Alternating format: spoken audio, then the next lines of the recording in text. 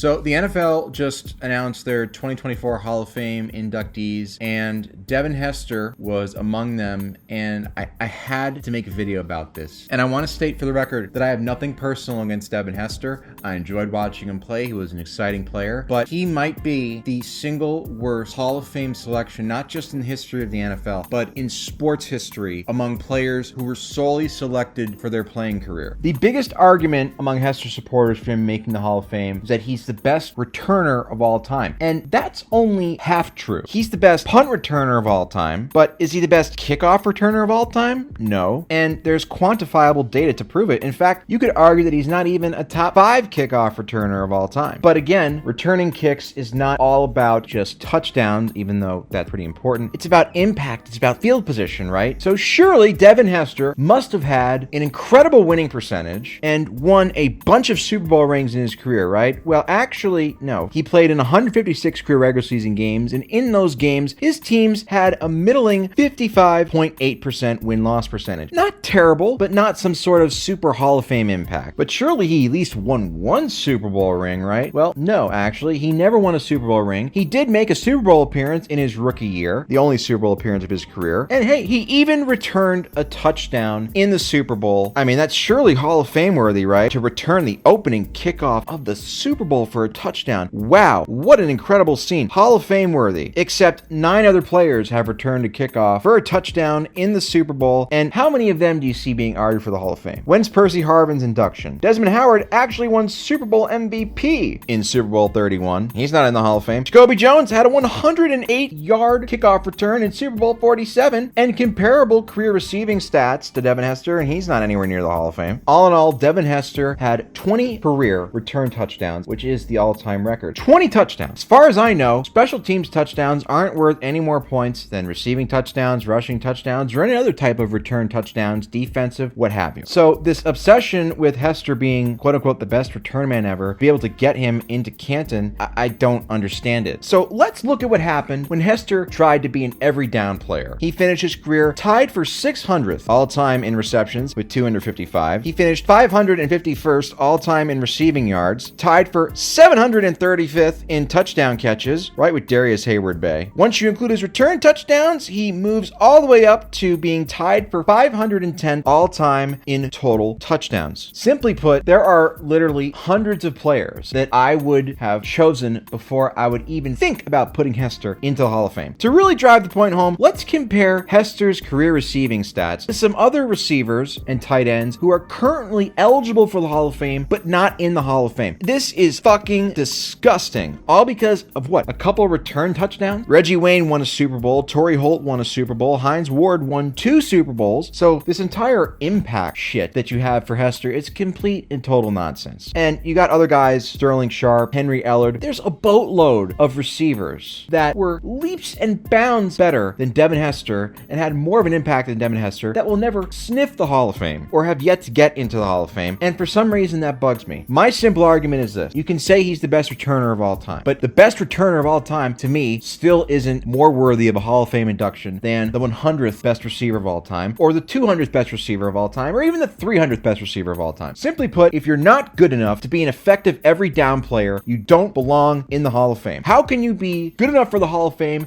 if you're not even good enough to play every down for your team? And this is the same exact argument for Steve Tasker of the Buffalo Bills. I have no idea how this happened. I know that people have a lot of nostalgia with Hester and his return touchdowns, but my goodness, people, how do we let this happen? This is an absolute travesty, and everybody involved should be ashamed.